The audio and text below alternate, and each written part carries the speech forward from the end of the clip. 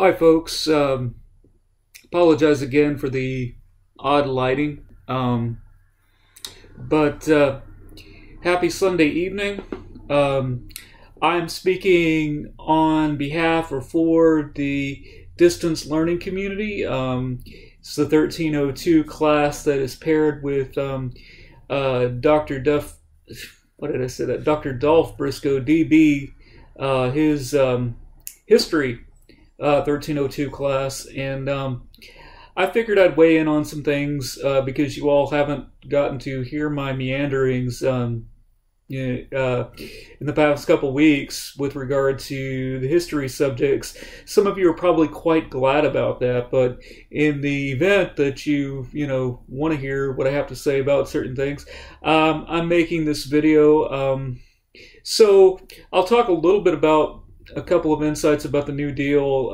That's what you all talked about or read about this week. But also, I'm gonna shoot forward a bit and talk about sort of the culture in the United States as it unfolds in the late 30s on up through to we'll see how far we can get. But I'm going to talk about essentially popular culture in the second half of the 20th century, or at least begin to talk about that and talk about some of the implications, some of the misconceptions that some of the culture bared out and brought to the forefront.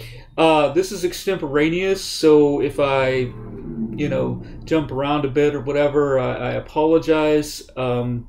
My method of teaching, if you haven't already figured this out, is I call it the Jack Kerouac. I call it the Gleason-Kerouac method of teaching.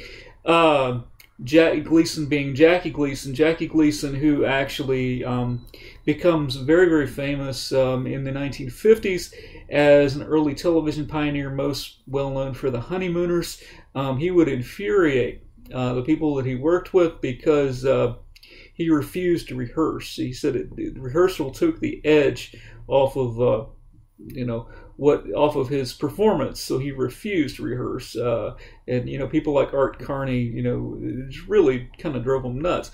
But in any case, I don't really rehearse a whole lot of what I say in class, as some of you have probably figured out. Although, I do kind of run scenarios in my head and so on and so forth beforehand, as we all do, right? It's the nature of thought and communication. In any case, Jack Kerouac is an individual who's part of the Beat generation. He's sort of the poster child, if you will, for the Beat generation, this generation that comes in directly after World War II and really begins to have a lasting effect on American popular culture that can still be felt today in many ways. But his book, On the Road, that he becomes famous for, he actually wrote on several Benzedrine fits, and he wrote it on butcher paper. So the whole thing is just a long meandering. Again, there's that word, but and a lot of it is I don't want to say pointless, but a lot of it is could be arguably mediocre. But he has some real gems of language in there, right? And so a lot of my teaching, a lot of my discussion might be mediocre, and that's probably putting it mildly. But there's some gems of realization in here. If you're willing to stick it out with me. If not, hey, you can turn off the video. I'm not going to be upset, but probably at least DB will watch this and might give him some amusement. Anyway, yeah. So anyway, talking about really. Actually, to begin to discuss, to talk a little bit about the New Deal, and actually in reference to something that is a couple of pieces that are available online right now, two pieces that are available for free, and one piece that's available on Netflix. If you have access to Netflix, or if, like me, you have access to a loved one's account. Because hey, as long as you don't view more than two things at once, you're good, right? Until Netflix decides to change that. But hopefully they're not going to do that during quarantine. But anyway, point being, so right now on the PBS app, and I don't know if they've made this available because of the quarantine, that there's more stuff available now. But right now, actually, a new piece by director Ken Burns, or I think he's the producer in this case. It's a piece on a housing project in Atlanta. I believe it's see, now that I'm on camera, I forget. I think it's Willowwood or something to that effect. East Lake Meadows. Okay. East Lake Meadows. Yeah, it's called East Lake Meadows is the name of the piece. It's talking about a housing project in Atlanta, and it chronicles the not only the sort of life of this housing project, but also the life of public housing in the United States. And public housing as we know it in the United States began as a part of the New Deal. And unfortunately, it was very racially segregated from the get-go. Not that it was put into explicit language in the determination of who would get public housing and who wouldn't, but that in the process of coming out of public housing, there were government subsidized loans and so forth available for Caucasian Americans that were not available for African Americans and Latinx Americans and Asian Americans and so forth. And that was essentially determined by ratio and determined by location. And so as the Caucasian families began to move out of public housing, they'd be in public housing for a couple of years and save up money and then be able to take out a loan, government subsidized loan, to then buy a home in the suburbs. Essentially the New Deal in effect creates the suburbs in the same way, and then from the suburbs comes the need, one of the needs for an interstate. So we see in the Eisenhower administration the building of the interstate, and the interstate not only connects everything, really. We still use the interstate system today. In fact, arguably it's in dire need of repair in some cases, because it really hasn't been kept up the way it should be in a lot of areas. And then in other areas you have constant building, like I-35, for example, so in any case, these opportunities were not afforded for African Americans. So what happened was that the African American families were essentially stuck in these public housing buildings and projects. And what happened ultimately is, particularly in the case of something like East Lake Meadows, you had a building that was built very, very quickly and very, very cheaply. And so, it started falling apart after 2 years. Well, because you had poor individuals living in economically disadvantaged, I should say, individuals living in those units who were not bringing in a huge tax base, right? And so they didn't have the city didn't have the money to maintain the buildings, and they weren't necessarily a big voting bloc and so on and so forth. They didn't get a lot of attention, and fast forward to the 1980s, and crack moves in, and then we all know what happens. I mean, we've all seen Colors and so on and so forth, and some of us have had friends, family members, and so on who have struggled with substance abuse and so on and so forth. So we know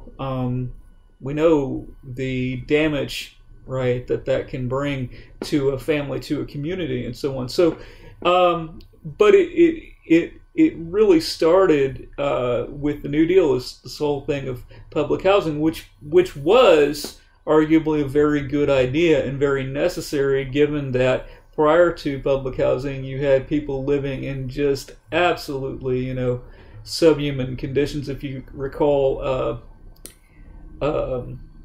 from prior to spring break, the Hoovervilles and stuff like that, so it was a good idea. However, the execution of it was plagued by racism and these issues that repeatedly haunt us, and in my not so humble opinion, keep us from greatness. Keep us from what we could be, as a nation. But in any case, I just wanted to bring that out and talk about that. And if you have a chance, if you're bored, watch East Lake Meadows on the PBS app.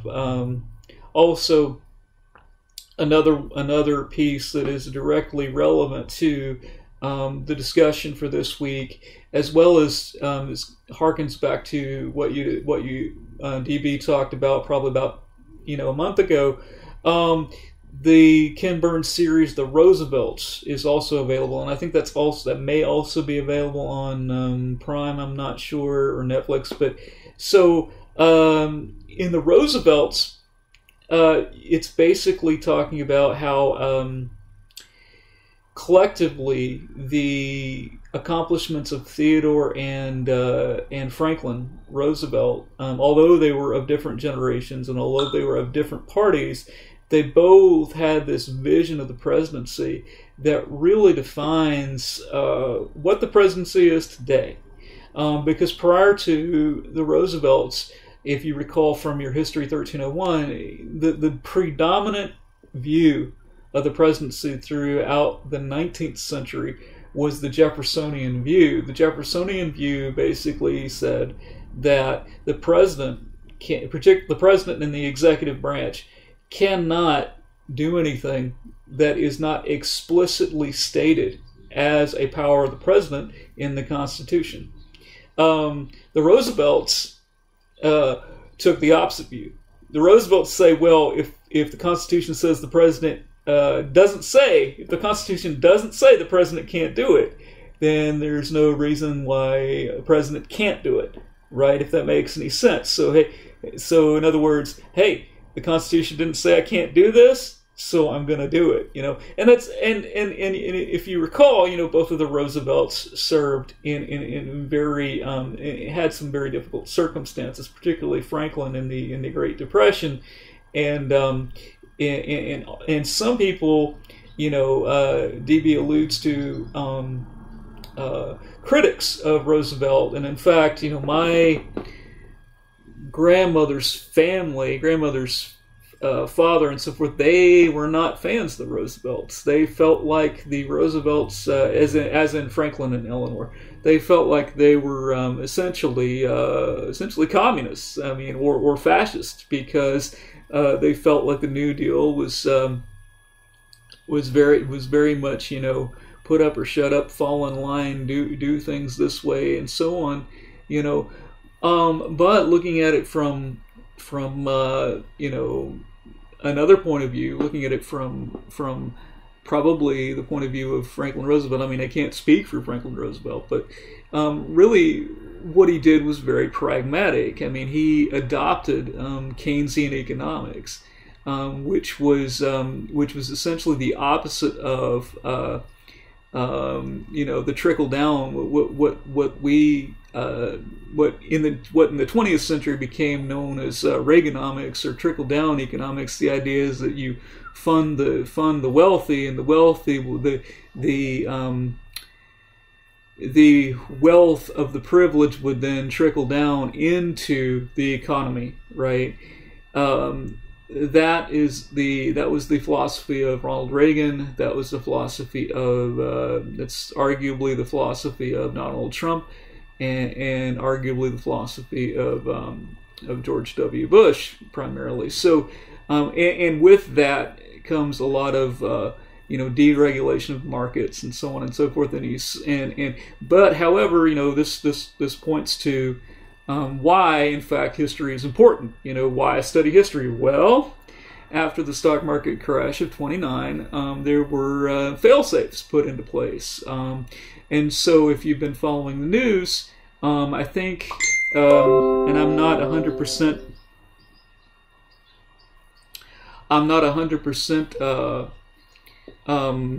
keen on the numbers because I haven't watched the news in the last couple of days, but so in recent weeks, the stock market has shut itself down a record number of times. I think 4 times in history, the stock market shut itself down, and 3 of those times have been in the past couple weeks, right? So there's a fail-safe in place. If the market goes below a certain point, it just shuts down to prevent something in the magnitude of what happened during the Great Depression. Now, right now, the market's in pretty dire straits, but we're not to the level that it was, that led to the Great Depression. Also, in Texas, we tend to fare better in recessions, I should say. Repression, recession, kind of the same thing. Recessions and in a potential depression. Texas went through a really difficult savings and loan crisis in the 1980s, where the bottom just fell out of the savings and loan industry. A lot of people lost their money, and so on and so forth. And so Texas, we learned a lot as a state from that, and so we tend to fare a little bit better. So anyway, not all hope is lost, but we do. We study history. So that hopefully we can prevent some of the big, pitfalls of the past. Now, that doesn't always work, because human beings are not entirely logical, right? We lead with our emotions and so on and so forth, and when we tend to do that, which all of us do, I'm not trying to sit up on a high horse here. I do it myself. But when we do that, our memory tends to get obscured, right? So we don't remember, back 20 years ago when somebody did this and this was the result and so on and so forth, right? So we tend to end up, going down the same, cycles and so forth, like a toilet drain. We just tend to, and we do this in our individual lives as well. Not just the sort of macro fate of the country, right? We tend to do this in our individual lives. I apologize. My dog is barking. Apparently, she thinks that something is very important at the moment. But in any case, the other piece that I wanted to mention with regard to Netflix is called Crip Camp, and it's about a camp for the disabled in the late '60s, run by hippies. And the documentarian is a guy who attended that camp at in the late '60s at the age of 15. And it talks about how all of the I won't say all, but a great number of the individuals who attended that camp went on to be key figures in the disabled rights movement of the 1970s, from 1972 on into the 80s and 90s, into the passage of the ADA.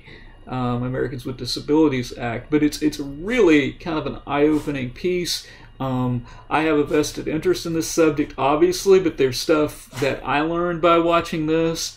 But you really get a sense of really a sort of a snapshot of a particular time in American history, and how the sort of openness and experimentation of the 60s embraced disabled people. And really some of the blind spots that society had with regard to disability, and arguably might still have in some cases. But for instance, the Carter administration advocated separate but equal facilities for the disabled, meaning that if one had a disability, one would be allowed to go to one school in a district, for example. You see the problem with that. You see the injustice in that, right? So, but in the late 70s, that was considered, that was considered, hey, at least they're not an institution, and there was more about that as well. In any case, I invite you to watch that piece. You'll definitely, particularly if you have a loved one with any kind of physical or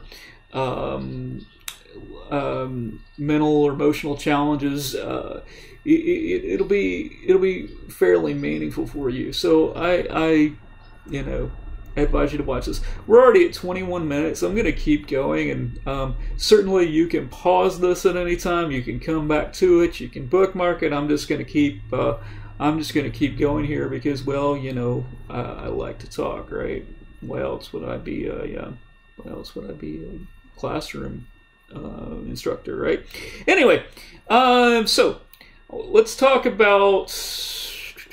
We'll start with 1938. 1938, again, and this is during the Roosevelt period, of course. So 1938 is the advent of Superman. Talking about popular culture in 1938, we have the beginning of what would become, this mega force, right? Superheroes, right? I mean, just about everything in our culture today is inundated one way or another with superheroes. This is a rather recent phenomenon, in fact, as far as the universal recognition and acceptance of superheroes. You can get a PhD in superheroes now. Had I known that 20 years ago, you can see that's the direction I would have gone, honestly. But in any case, 1938 Superman comes on the scene. He's basically a circus strongman with a cape. But he's an alien, come from another world, and so on. You all know the backstory of Superman. Well, in fact, it's also in a way the backstory of Siegel and Schuster, the creators of Superman. They are Jewish immigrants. They are quote unquote alien. Trying to essentially make their way in America. They're children of immigrants. They're immigrants themselves, but their parents had come to America, and they and here's Clark Kent, this Methodist farm boy kid, all-American kid who actually is Superman, and he has all these powers. Well, that's that was sort of the fantasy of Siegel and Schuster, is that they that even though they're Jewish kids and so on and so forth, that they would have these secret superpowers and be able to affect change in this American system. And in fact, the early Superman comics, if you look at them, Superman's fighting corrupt bankers and gangsters and all these sorts of things. It's not really until a couple years in to Superman that you get like one of the first supervillains, which is Ultra Humanite. And then of course you have the superheroes going off to war and so forth with World War II and so on. But that's just sort of a pop culture note that in 1938 was the beginning of superheroes as we know them now. And again in the 40s, during the war, the superhero comics become very, very, very popular among soldiers. In fact, American soldiers. Wonder Woman premieres in 1941. She essentially bashes a bunch of Nazis. Notably in the Wonder Woman comics, however, the depiction of both African Americans and Japanese is horridly is racist, absolutely racist, and offensive. However, it was not considered that at all, at the time. In fact, when the comic was published, that was not the issue that people had a problem with. People had a problem with the fact that it involved a lot of bondage. There were a lot of women in each issue essentially being tied up and spanked. Because William Moulton Marston, the inventor of the lie detector, incidentally, hence you have the lasso that makes people tell the truth. But in any case, he was very much involved in S&M, sadomasochism, and there's a film on that you can watch on Hulu, and I can't think of the name of it, but look up William Moulton Marston on Google, and I'm sure that you'll pull up the title of that piece. So we get into World War II, and World War II, I'm sure that DB is going to talk about this next week, really sort of propels America into, sort of sets up America, makes it, everything, sets the stage for the quote-unquote American century, right? Even though, if you look at the numbers, the Russians really kicked ass in World War II. Like, they were just absolutely fierce. And believe me, I am not a Marxist-Leninist. That's a failed form of government. History absolutely, has shown, that didn't work. Okay. I'm not trying to defend Marxist-Leninism. I'm not trying to defend Stalin. Stalin was a despot, killed a lot of people. His own people, in fact, killed a lot of Jews. He and Hitler had a lot in common, actually. But the point being is that the Russian military is just an incredible force, and arguably speaking, it's been argued, and I don't know if this is something that'll ever really be settled, but it's been argued that the dropping of the bombs, right, on Hiroshima and Nagasaki, that was actually probably not necessary. That the Japanese really were moving towards surrender anyway, because they really feared invasion, the invasion by Russia, the invasion by the Soviets, because the Soviets had committed at the Yalta Conference to aiding the Americans in the invasion of Japan. And so that the Japanese were very much afraid of that. What was keeping them from surrender prior to the dropping of the bombs was the fact that the Americans wanted the emperor to essentially to advocate and in Japanese culture, the emperor was considered divine, and so they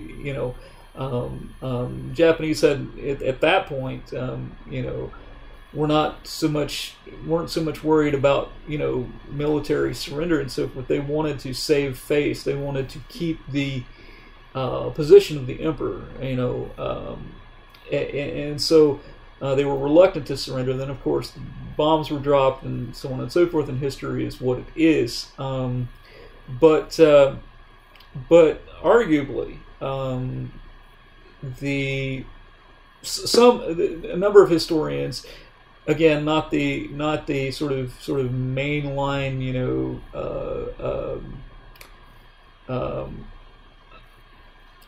sort of upfront popular American myth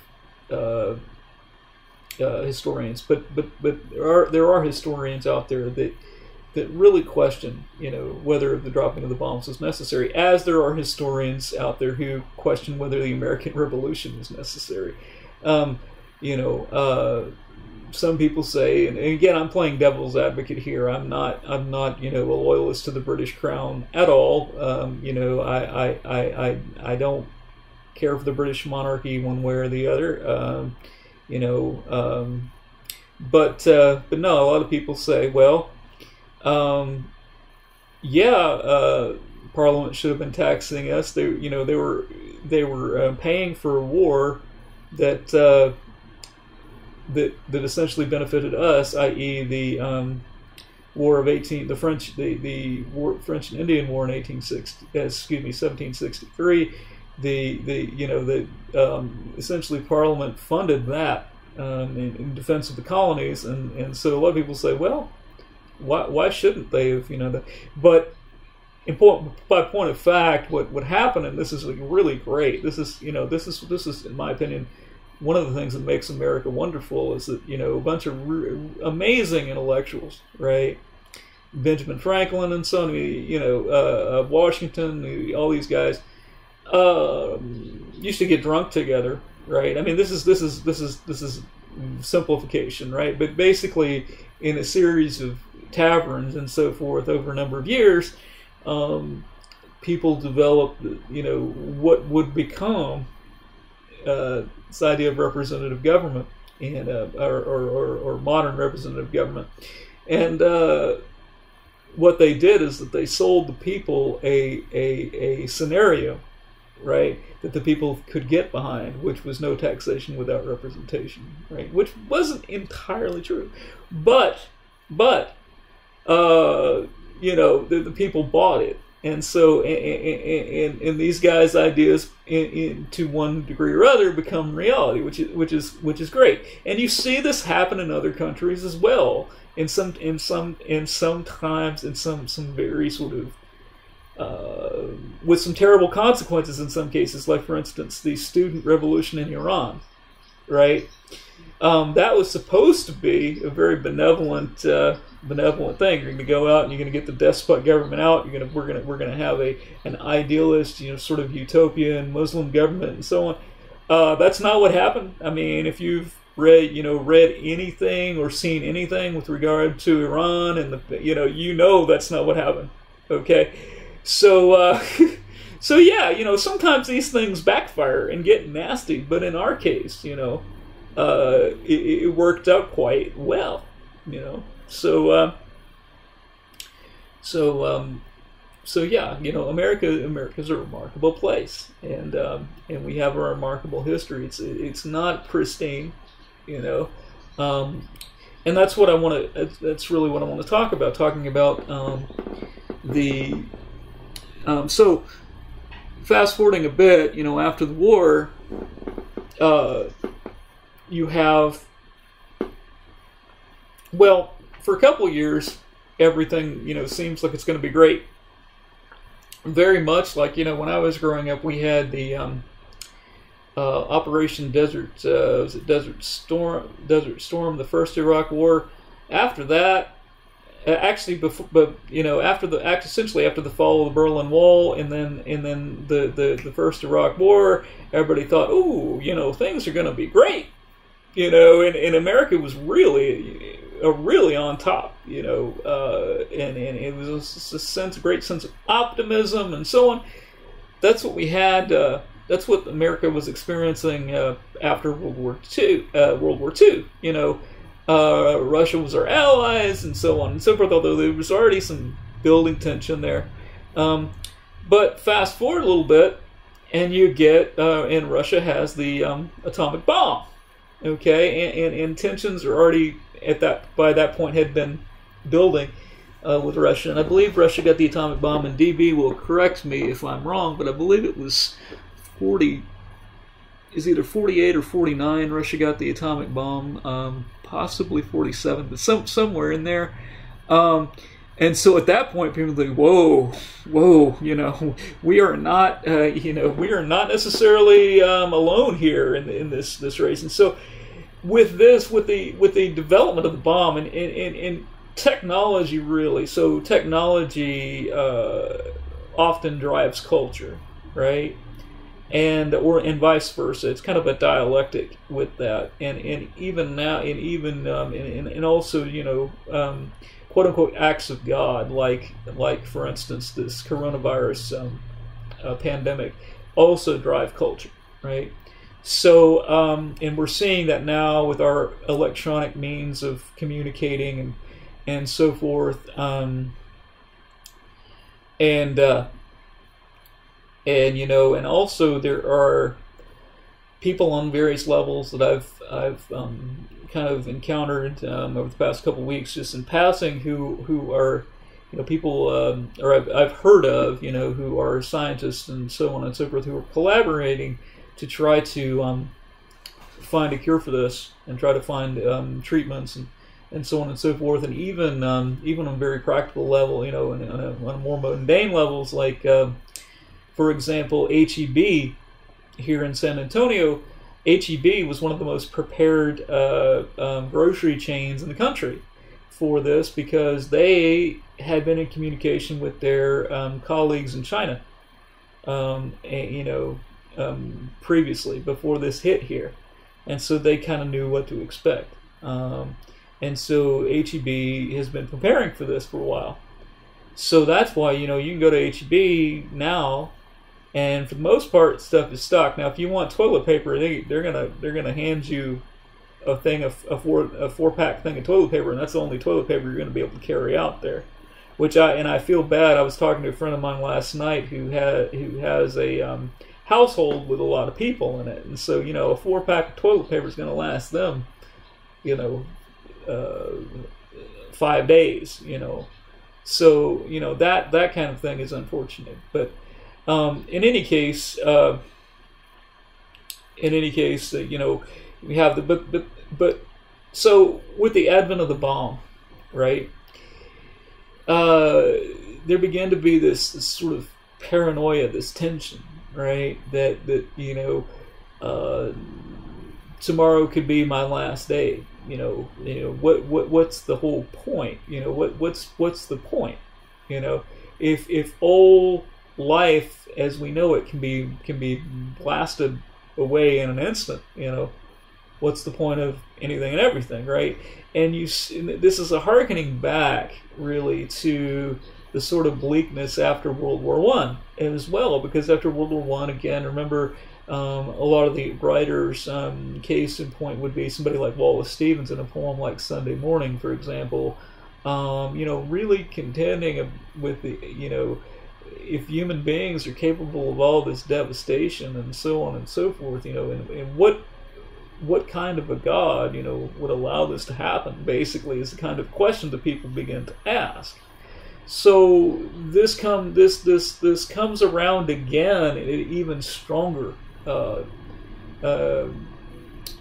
an even stronger bent, given the bomb, right? And so people who are coming of age at this point, like I'll use Allen Ginsberg for example, and I had intended to go through Allen Ginsberg's poem Howl with you, stanza by stanza and so forth, but I opted not to do that, at least not right now, because it is extremely long, and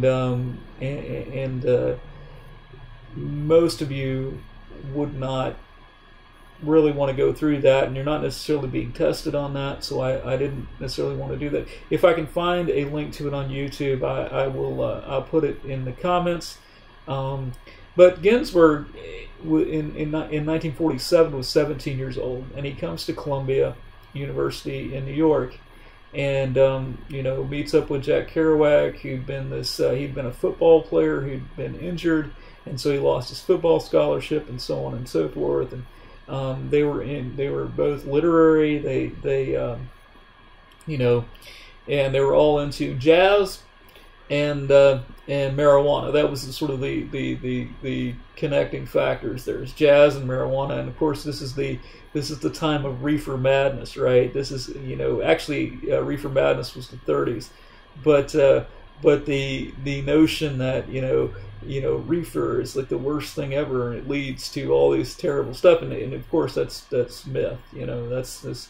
I mean, arguably now, I mean, or at least, well, now there's more. In some areas, of course, you can get legal medicinal marijuana and so on. So it's probably safer than, say, it was 20 years ago, when you could have it doused with who knows what chemicals, and maybe it journeyed to you unknowingly in somebody's bottom, something. I mean, that's why black market anything is kind of like But anyway,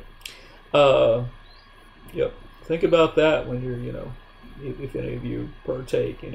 Was this in somebody's butthole? Anyway, yeah, some of them are going to go to Marijuana Anonymous next week online. You'd be like, yeah, I want to stop smoking weed now. Anyway, as most of you know, I didn't make it in comedy. You can see why. But in any case, that was there. And Ginsburg was gay, and at that time, being gay was considered. It was actually a documented disorder. And so, in fact, he was ultimately kicked out of Columbia for the suspicion that he was sleeping with somebody in his dorm room. But at the time of being at Columbia, he was kind of an awkward teenager, and he fantasized about having sex with men, but wasn't doing it because he was an awkward teenager. But in any case, they and some of their friends, end up taking these harried trips across the United States along Route 66, because this is prior to the interstate. So you could go across the United States, but it was an old older highway system, and the Route 66 actually cut across the Midwest and cut through essentially connecting California and New York on it. So anyway, they spent a lot of time in Kansas, a lot of time in Chicago, and so on and so forth. But and all of this was chronicled essentially in a number of places, but really most famously in On the Road by Jack Kerouac, and in the poem Howl by Allen Ginsberg. And what those pieces do, particularly Howl, is kind of turn 1950s America on its head. Because in 1950s America, particularly after the Korean War, and with the election of Dwight Eisenhower, and the ending of the Korean War, and so on, you have this real huge economic boom, and so on and so forth. You have this, you have this huge, you have the beginning of, you have McCarthyism, right? You have J. Edgar Hoover. You have the rise of people like Roy Cohn and so forth. You have these people who were essentially witch hunters in many ways. Now, that's not to say they were not communists in the State Department and so on. There were. There may have been 5 or 6. There were not, hundreds. And that's, and in fact, Joseph McCarthy made up the numbers that he was kind of a lame duck congressman, or lame duck senator, and he was sent to this women's convention, women's meeting, somewhere just off the beaten path, and he just rattled off this number about number of communists in the State Department, and people sort of shot to attention. And he just skyrocketed to fame, and then it became he drafted Roy Cohn, who is probably most famous now. I mean, he was famous in the 50s for prosecuting the Rosenbergs, Julius and Ethel Rosenberg, who in fact were, for all intents and purposes, communist spies. But they got the death penalty. I mean, it was a big publicity thing. Anyway, he was most famous for dying of AIDS, and it's chronicled in the play Angels in America, right? The play and the excellent film that HBO produced, Angels in America. But in any case, McCarthy rockets to fame, and they sort of do this witch hunt on these people in Hollywood, people in different industries, and so on and so forth. And really, it turns into, it sort of mushrooms into this thing where if you spoke out, say, against McCarthy in any way, you were then put on, somebody went after you. Now, again, there were communists. I mean, the reality of it is that there was some communist infiltration, but it was not to the level. It never was to the level that McCarthy claimed that it was, and it was very much self-serving. But interestingly, there's one thing in America that trumps not. I mean, I don't mean to reference the president, but just sort of tops everything, and that's you can reach a level of fame in America. We saw this with Michael Jackson, right? When he was alive, doesn't matter how much evidence there was when he was alive that he touched children. A lot of people were like, "Oh, he did." I was that way myself. I was like, "Michael didn't touch no children. There's no Michael didn't." I'm sorry. I saw that HBO documentary. Those men were not lying. I looked in their eyes. They were telling the truth. Michael Jackson did touch children. I'm sorry, he did. I have to say, just like I have to say, OJ did it. I'm sorry, OJ did it. All right. Anyway, so the point being is that the person who escaped the wrath of McCarthy, because was absolutely beloved by everyone collectively in the United States, pretty much, was Lucille Ball. Lucille Ball, as a child, was taken to communist meetings by her mother. And when you went to a communist meeting, you wrote down and you signed the record, signed the ledger, whatever, right? So they had this evidence, right? So they called in Lucille Ball, and Lucille Ball, when and she got on TV and she was like, yeah, I went to this thing as a kid, and it wasn't of my volition, and then her husband and Desi got in there, and he said, well, I fled communism because I can't stand Castro, and da da da da da, and yeah, so it was so Lucille Ball escaped the whole Red Scare thing unscathed, and hence we have Star Trek, because Lucille Ball greenlit Star Trek. So without Lucille Ball, there'd be no Star Trek. So if you like Star Trek, you have Lucille Ball to thank for that. And if you look at the credits to the first 2 seasons of Star Trek, you see Desilu Productions on there. That's Lucille Ball. All right, see, I know lots and lots of useless information. See, that's yeah. So, yeah, but it was a precarious time. I mean, and the idea was that, but the whole point was, American life's supposed to be so great, and we're on top of the world and all that. But there was underlying tension because, if you were gay, you had no real outlet, and so on and so forth. If you if your beliefs sort of deviated from this sort of mayonnaise, whitewash, white Anglo-Saxon Protestant, mainline of America, you could be very quickly ostracized. And so, as my major professor in my graduate program, Dr. James Baird, said, he said the 1950s fucking sucked, and if you say they didn't suck, you weren't there.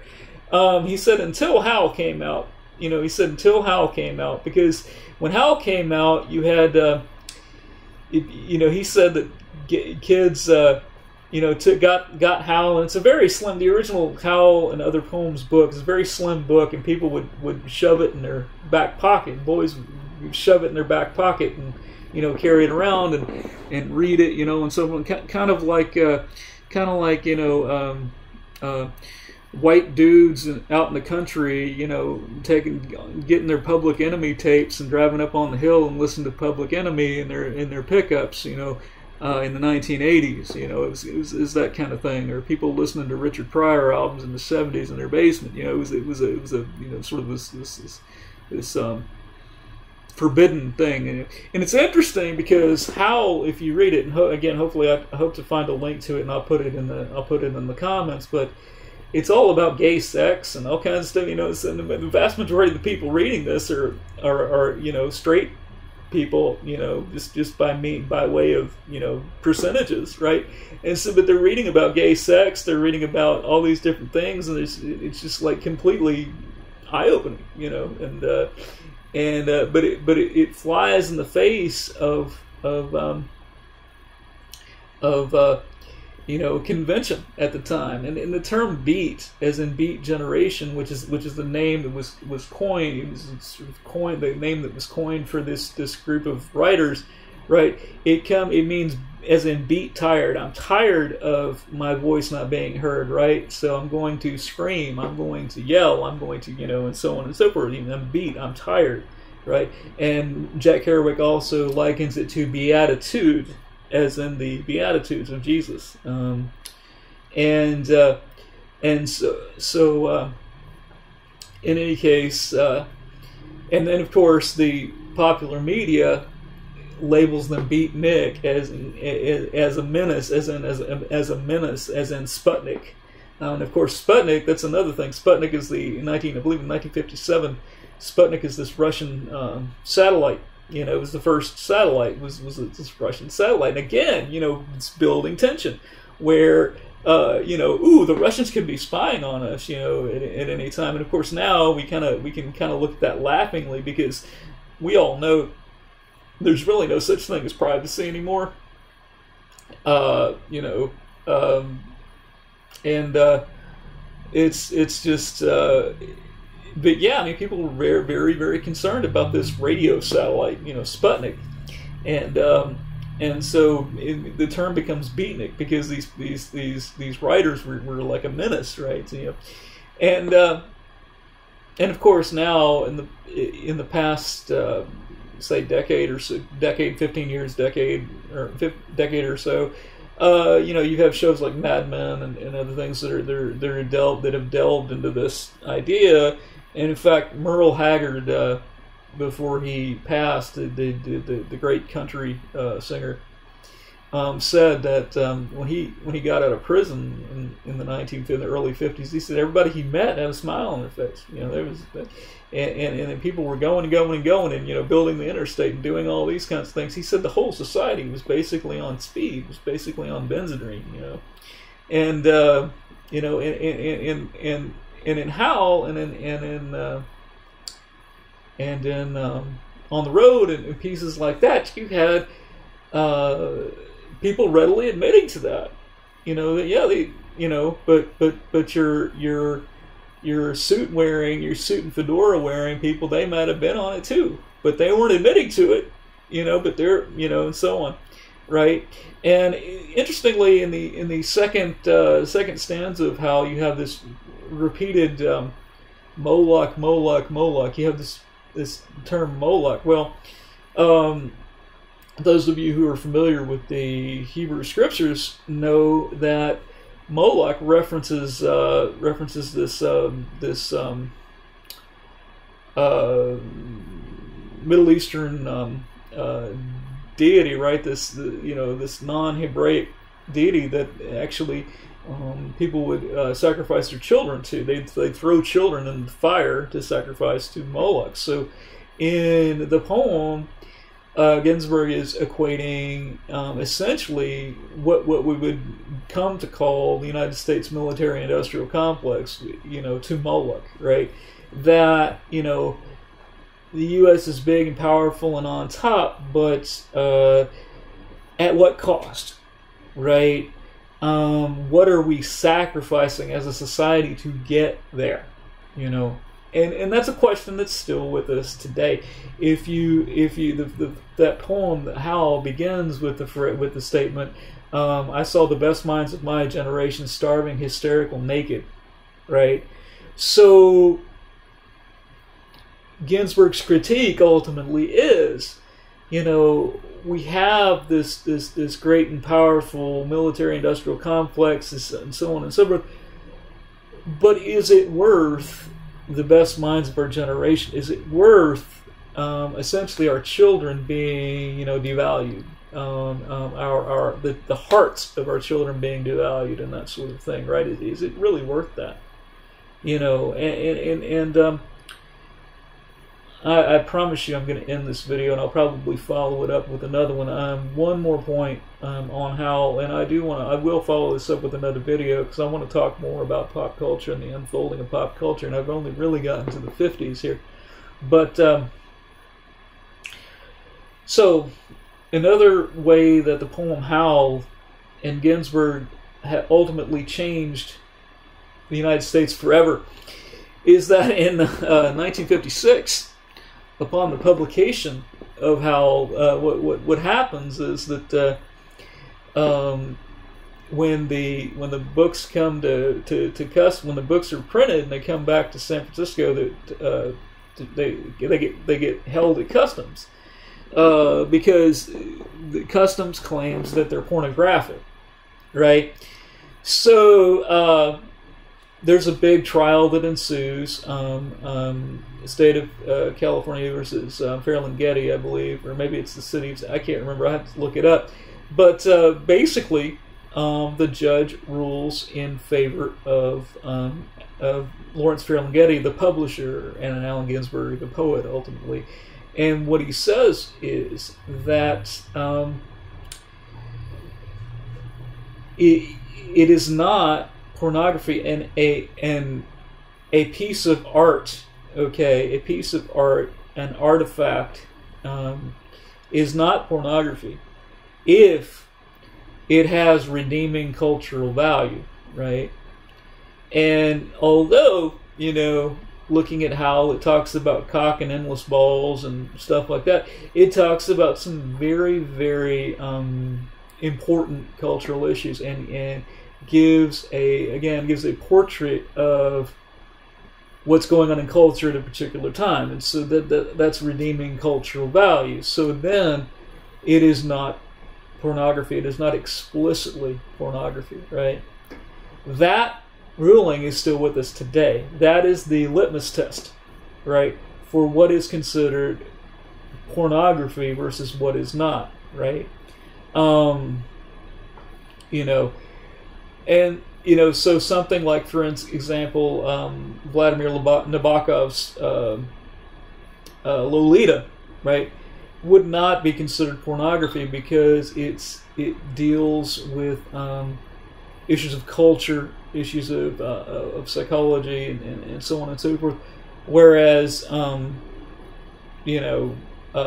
the Green Door, for example, okay, that's a piece from the 70s, right? Or Deep Throat, right? Although that name would become synonymous with someone in the Watergate, but Deep Throat would be considered pornography because you'd have to argue pretty hard, no pun intended, to say that had redeeming cultural value, right? I would hope, right? So anyway, we are now at 58 minutes. I am going to end this video. I hope that some of you got something out of it. Again, I hope to plug in later on and give a little bit more of my perspective, and I appreciate the indulgence. Thank you so much.